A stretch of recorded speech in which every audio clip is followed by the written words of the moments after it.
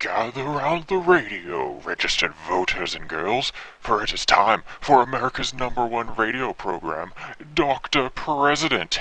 Intrigue, action, mystery, and much, much more.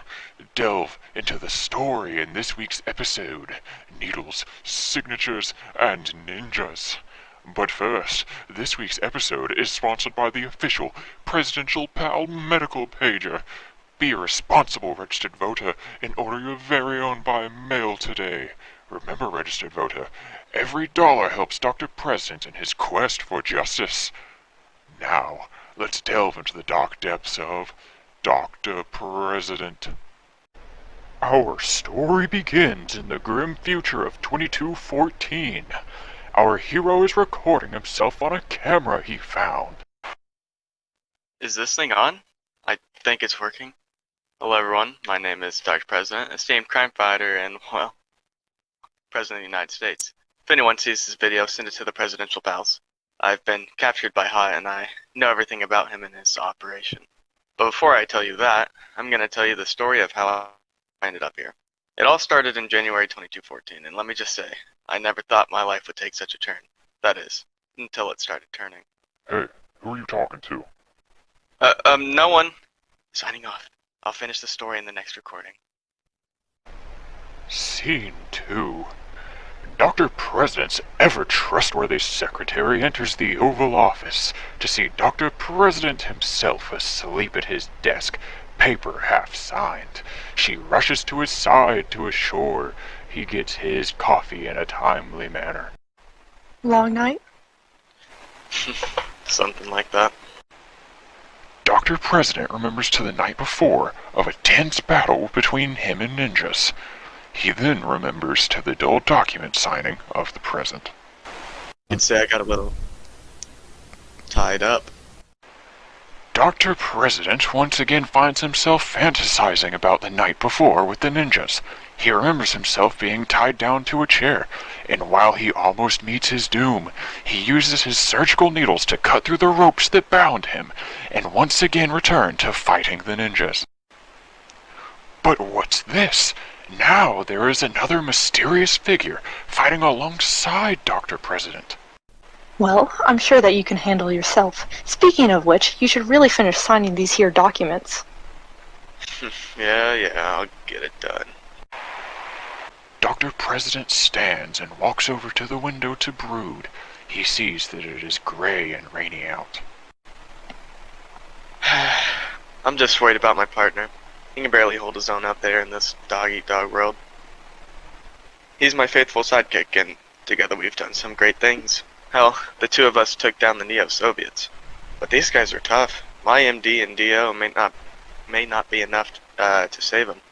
He's in dire need of some upgrade. You know what? I'll go check on Vice President Marshall. He's been feeling a little down ever since the bombing of the Czech Republic. The what? Oh, nothing, Dr. President. It's just a euphemism. Haven't heard of that one before. I'll have to remember it. Well, anyway, he has seemed down lately. You go check on him. I'll be here if you... Scene 3. Paul Z., longtime friend and advisor of Dr. President, finds himself in a dimly lit room furthest from the Oval Office. He is attempting to comfort Vice President Marshall. You can't blame yourself for the brutal diz of all them people, Marshall. You have to stay strong for 'em. I know, Paul. I know. Thanks for the pep talk. Secretary enters from the side of the room. Paul looks at her, but Marshall continues to brood while looking out the window. Hello, miss. I'd stand for you, but, well, I haven't been doing much of that for the last 60 years. You'd understand better than anyone, I suppose. You're fine, Paul. How are you today? Good as I can be, ma'am. Thanks for asking. And you, Mr. Vice President?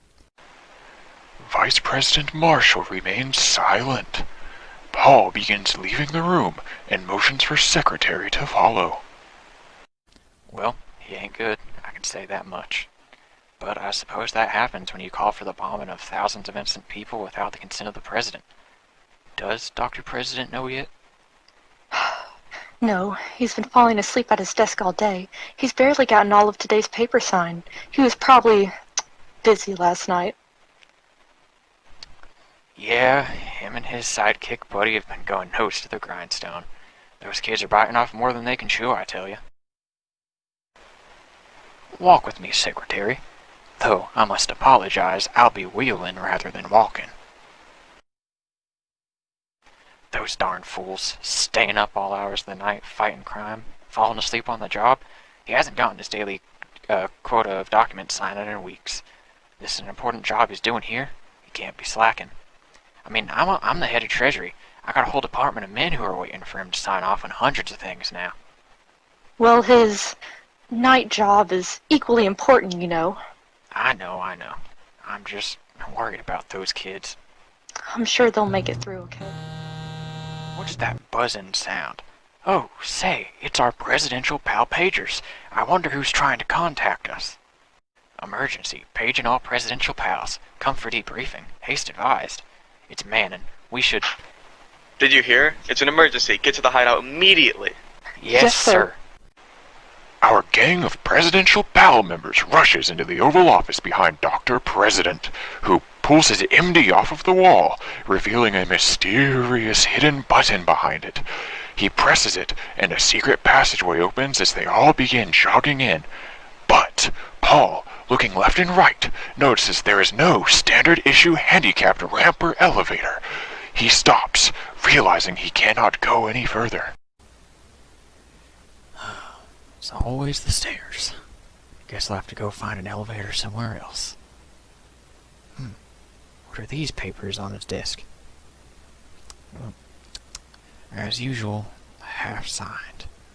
Them darn kids. Scene 4. The two that made it down the stairs approach the table.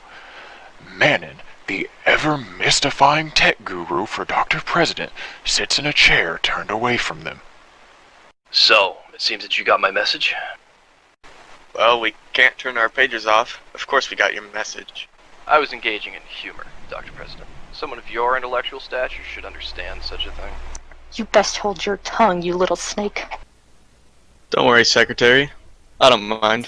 His quick humor and insults are part of why I hired him. I quite enjoy it. You could say it's a long-term investment. Well, are we just going to stand here, or are we going to get to work? You're right. Debrief us, yeah. What's the mission? What are we looking at? What all is up, my main man? Alright, you know those serial hospital kidnappings that have been happening? Well, we have some leads. There's an old abandoned Costco, that's where we're eyeing now. You need to do some reconnaissance, scout the place out, see if there are any baddies, get some checkpoints set up, but no fighting. This needs to be a long-term mission and you can't blow this. You think I can't be subtle? I can handle this mission. You really need to install a ramp in this hideout, Dr. President. He's right to be wary, though. You're young, you're rash, and you've blown scouting missions before. Yeah, like that mission last night. Dr. President remembers back to last night, holding the dead body of a citizen in his arms. The presidential pals stare at Dr. President, fearful of how he may react to this comment. That was uncalled for, Sia, and you know it. Silence, you old man. This is the tens. This stuff isn't even insulting to me. But he is right. Well, back to the debrief. Yeah, alright. As I was saying, this is a stealth mission. I'll give you the exact coordinates. We need pictures and evidence that they're doing something. Evidence. That's right. We are vigilant, but we still have to remember to follow the law. Dr. President bolts his head to the left and stares at the blank wall for several seconds with a large smile on his face. What are you looking at? The camera... Every time I say a one-liner, I have to look at... You want to get it. Yeah. So that's it, really. We have a major suspect for the ringleader might be. Anything you can get on him would be great. You need to head out ASAP. This is important. The sooner we fix this, dozens more people we could save. Safe travels, Dr. President. I'll give the Vice President an excuse, and he can sign all of your documents while you're gone. As Dr. President turns his back to exit, he heroically pops not one, but two collars. Well, gang, it looks like the doctor is in. Scene 5. We are now taken to a flashback several days earlier. Dr. President and his faithful sidekick Wheel are prone behind a ledge, watching over the street for trouble. So, what you thinking about, boy? Well, I actually wanted to talk to you about. I'll tell you what I've been thinking about. Justice. And you should be too. It's what I'm training you for. Anyway, crime never sleeps, mi amigo. And you know what crime I'm thinking about? Those hospital kidnappings. I'm very concerned about those. How did you even hear about those? You don't watch the news or even attend debriefs. I have my sources. My secretary, naturally. But you understand why I'm so concerned, yeah? What do I always say? I'm a doctor doctor first, and a president And the second. president second. Yeah, well, I've been talking with some of the boys back at the house, and they all agree that you shouldn't be focusing on the doctor part first. Not in the grand scheme of things. You could save more people in your presidential job than you ever could as a doctor. Or even this. Excuse me? What did you just say to me? I am the law in both diplomacy and crime fighting. Let me guess, you also want to take up the main crime fighting role.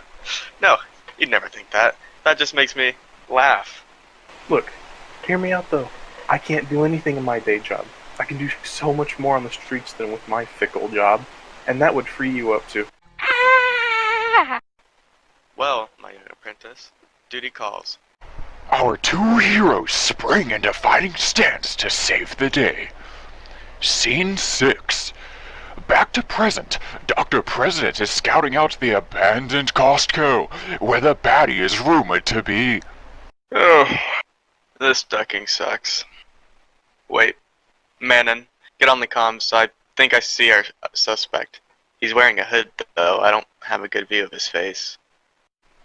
Looks like trouble is afoot. Guess you can call me the podiatrist.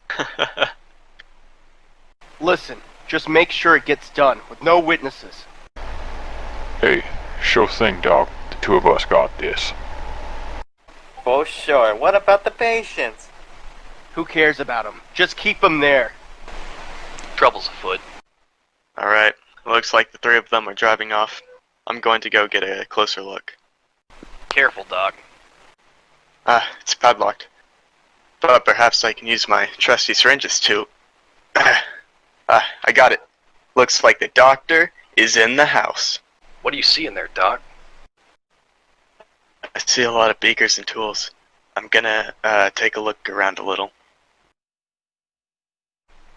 I see a stack of papers. It looks important. I'll give it a read. Alright. Let's see what we've got. Dr. President begins reading the papers. After a couple, he becomes bored and his attention span begins shortening at an alarming rate. But he eventually picks up something interesting. Chemical Tango 4. Failures 4 ongoing. Chemical Romeo. 1 failure, 7 ongoing. Chemical Alpha. 7 failures, 1 ongoing. Attempts thus far have been inconclusive. Further testing will be needed to find out how to... Who's there? DP, hide behind a desk, quick!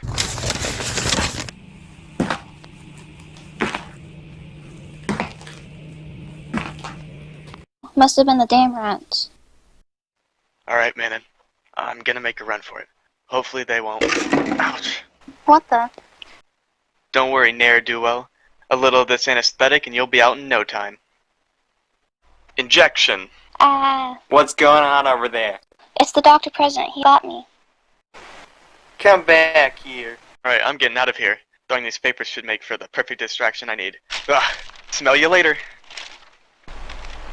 And after that close call, our hero escapes to fight another day. Scene 7.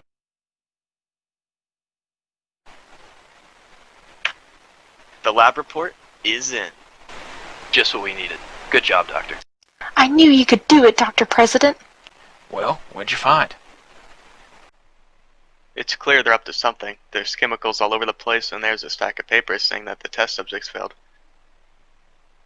Worst of all, there were medical stretchers like they were going to put people in that abandoned building to test the chemicals. You could say the results came back negative. You brought the stack of papers with you, right? Did you get a picture? Any actual legal evidence of wrongdoing that we could use to justify an attack? Well, we don't have a choice now. Can't let more people get hurt. You have to launch an attack soon, Dr. President. Within the week. Okay now, son, I'm not so sure that's a good idea. We don't have any evidence of wrongdoing, and there could be serious legal repercussions. We can't afford for the media or the public to turn against your crime-fighting antics now. And Lord forbid they aren't doing anything wrong. They could be tested on rats for all we know. When have I ever been wrong? Don't act so rashly now, boy. You're hot-headed and straight-shooting, and I respect that. But your love for medicine and justice are clouding your judgment.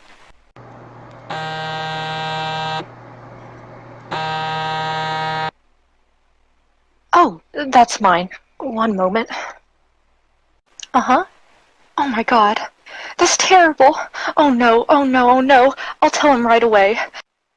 We need to go upstairs to the TV immediately. The presidential pals gather around the television to watch the news. Dr. President is characteristically confused. What's the big idea? You know I don't watch the news. Just watch.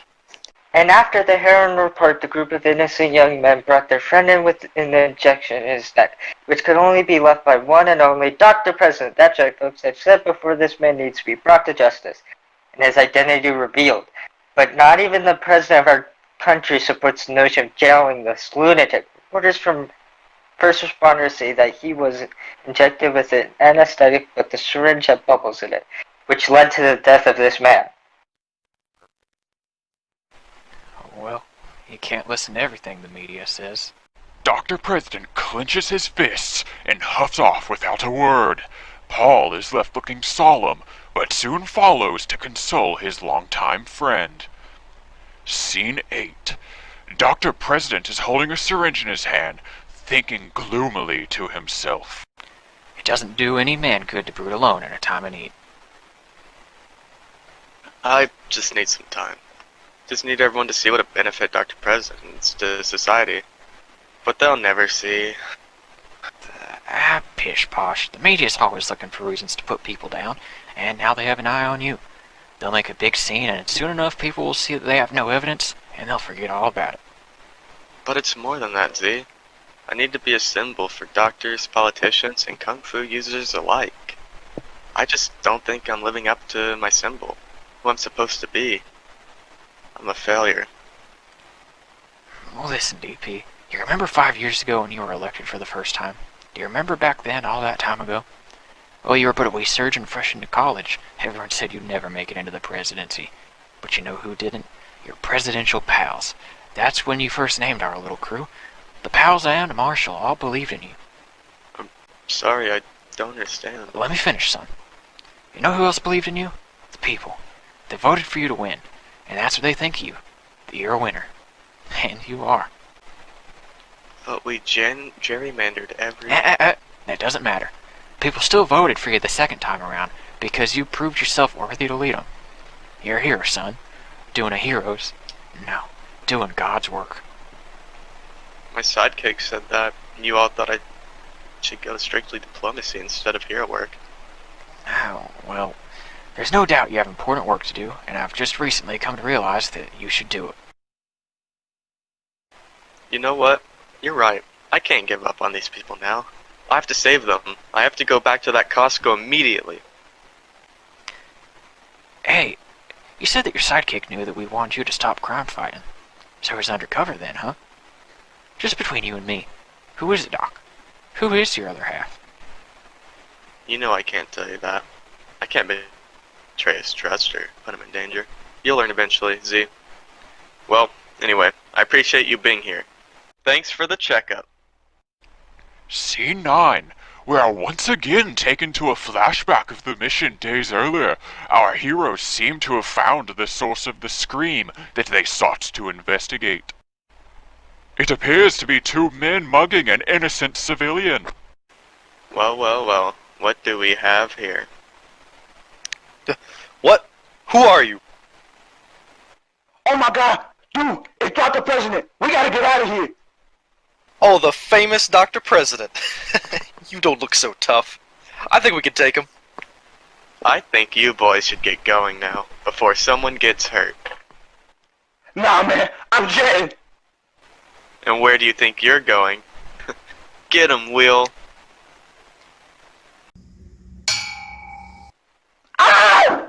Looks like you're the newest to learn that getting hit by my signature wheelerangs is no fun, criminal scum. The woman flees to safety, and the two thugs stand next to each other, preparing for battle with our two heroes. Call me the urologist, because you two are about to get analyzed. Let's go, Doc. You and me.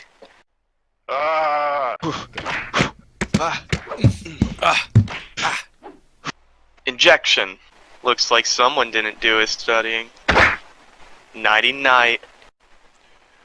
With his wrist-mounted fighting wheels, Will strikes the other thug in the head, knocking him out in one hit. Don't tread on me, evildoer. Our heroes now gather themselves and walk out of the alley. Oh man, that was intense. Say, who's that? Looks like a fan is coming. Oh my god, it's Dr. President Wheel! Oh my god, oh my god, oh my god! This is amazing! Can I please get a selfie? Well, of course you can, citizen. Actually, I was hoping to get a selfie with Wheel. Really? I mean, okay, yeah, sure. I'm a busy man anyway. I do have stuff to do, you know. I don't have much time for these frivolous tasks. Will is better suited for the stuff anyway. He's got more time on his hands. Yeah, alright. You know we're a team though, right? We should all be in this together. And thick and thin. Listen, kid. I love your enthusiasm. But I'm a busy guy. You can't beat on my skill and time. There are people to save. Not a blast. Yeah. Okay. Let's get that selfie. Trouble with the big guy? Disregard that. He's busy. Well, I feel that. Similar with my boss. We're partners. He's not my boss. But he does call you his sidekick. It's really none of your business. Alright, my bad. I'll just get the selfie and be on my way.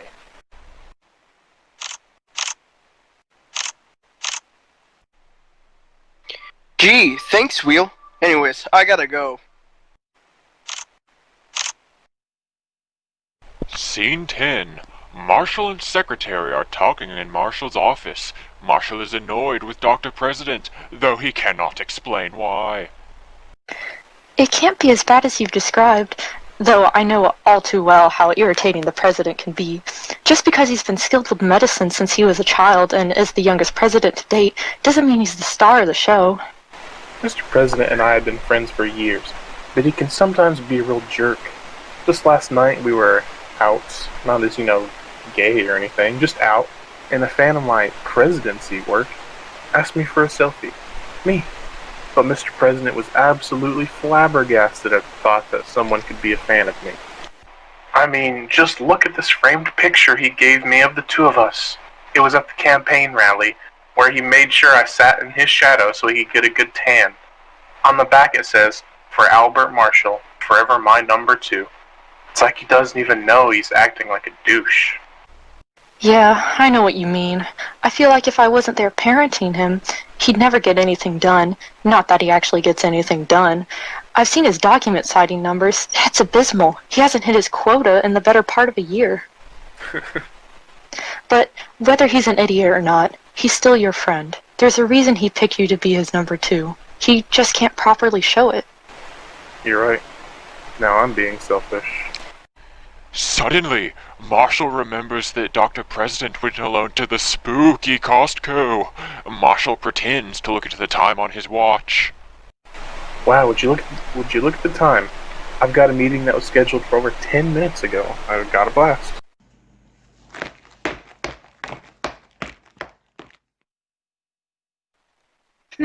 That's odd. My itinerary says there aren't any meetings scheduled for today. Scene 11. Dr. President is rush walking right up to the Costco. Syringes are in both hands, and he is ready for a fight. Dr. President, I have to warn you. Get off the channel, Secretary. This is for crime-fighting business only. But He's right, Secretary. Leave this channel. this is... That takes care of that. Dr. President enters the Costco. He sees two goons standing around. Dr. President pulls out his dual combat syringes and goes to a fighting stance. Hello, boys. It's time for your checkup. Too bad your legal parents or guardians aren't here to oversee. Oh look, it's DP, here to face the consequences of his actions. Yeah, Doctor. You really messed our partner in good. Guess you aren't that great of a doctor after all. I guess we'll see about that. Oh.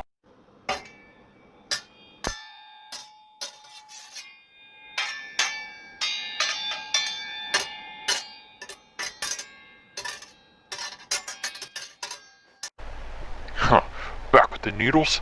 Looks like you got no remorse. Ah! Oh, yeah. Yeah. Take that. Yeah.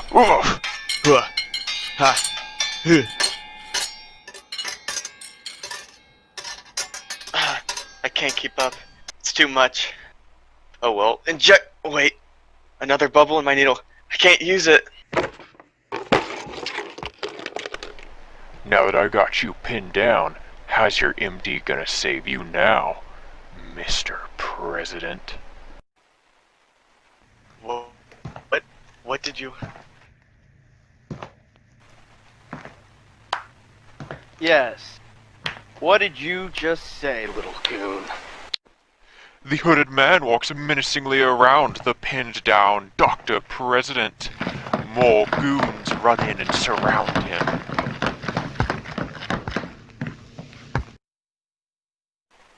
Looking good, Dr. President. I'm gonna call the police. No, I can do this. Leave the police out of this. My God, you're the man from the street. You're my super fan. Well, actually, I was real super fan. Wait, what? Why did you need to take so many pictures of Will? Well, I guess you'll never see. Let him up. It's time for me to give the checkup. After this, you'll have one man at your funeral. One that matters anyway. Frank Corrigan.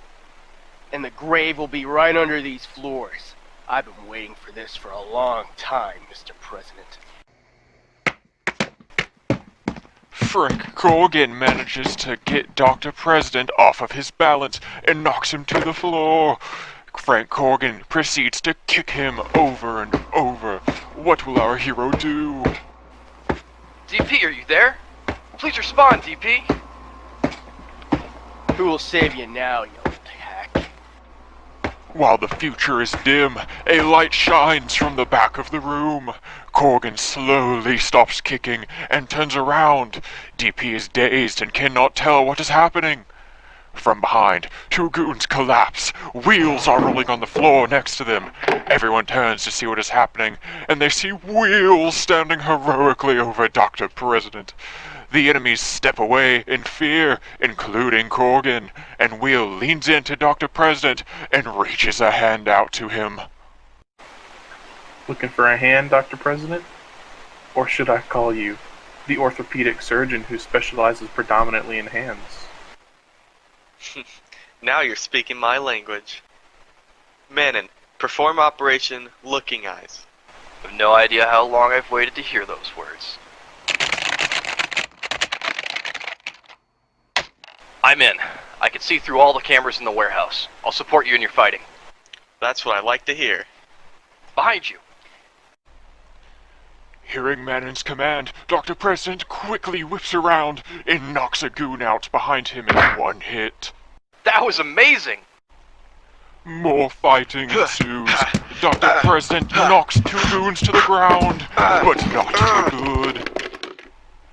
Meanwhile, Wheel is fighting Corgan, and Corgan seems to be close to beat. You know what? We'll meet again, evildoers. Immediately, Corgan bolts off in the other direction, running away from the fight. You go after Corgan, Will. I'll handle these thugs.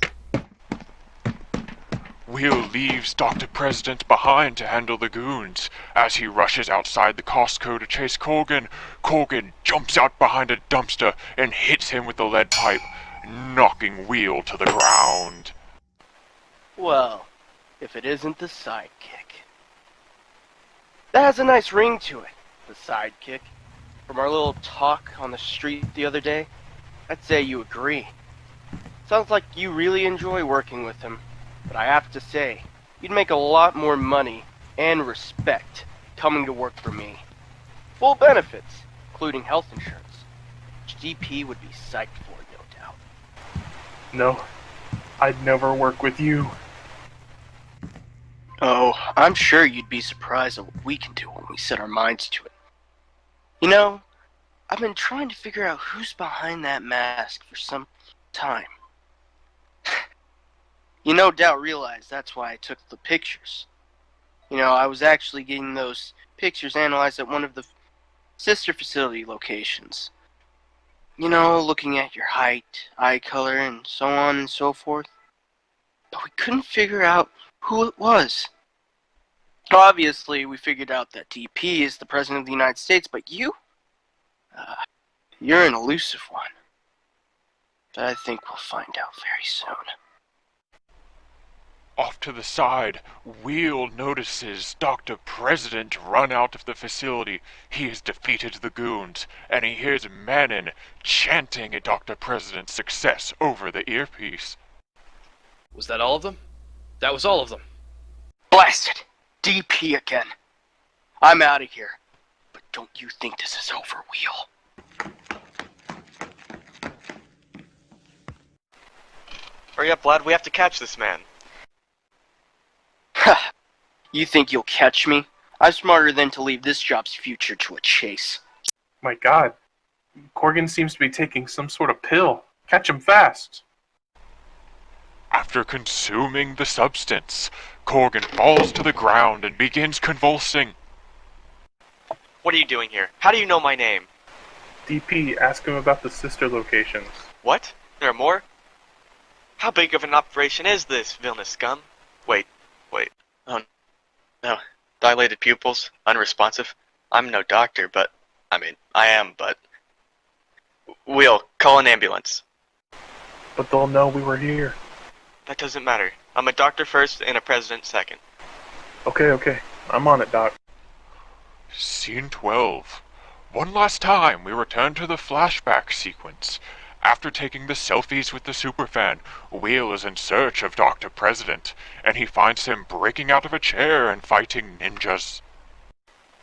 Looks like you've got me a little tied up, not for long. I have to help him.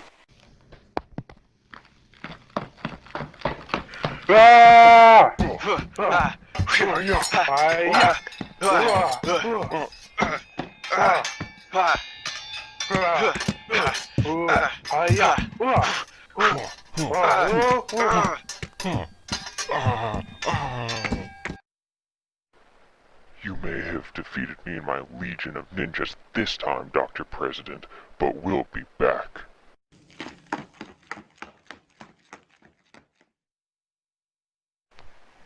Our heroes have defeated the ninjas, but there appears to be a more internal conflict on the rise.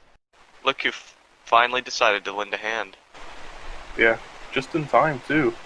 I didn't think you were going to handle it. What? You think I needed your help? I had that handled, Wheel. Or at this point, should I call you the third Wheel? And I'm out of here. Don't even bother trying to trail along this time, Wheel. DP, wait! It's no use. Maybe I am just a third wheel. Scene 13. back to the present immediately after the mission is ended and Corgan has been apprehended. Vice President Marshall is sitting at the curb, looking at his superhero mask. Dr. President approaches. That was some good work back there, Will. Yeah, pretty decent work if I do say so myself. You shan't. But yes, you did do good, Marshall. Wow, it's been a while since I've even called you that. Yeah, that's definitely the vibe I felt from you lately. Look, I know I've been cranky lately, and I apologize. I've just been so stressed and I've been taking it out on you. It's not fair and I apologize. I'll do better. Hey, what do you say we take a selfie from our DP Snapchat page? You know what? Sure. I'd love to. Our heroes take the picture and post it on the DP Snapchat page. That concludes this week's episode of Dr. President, but there's more to come. What will become of Frank Corgan?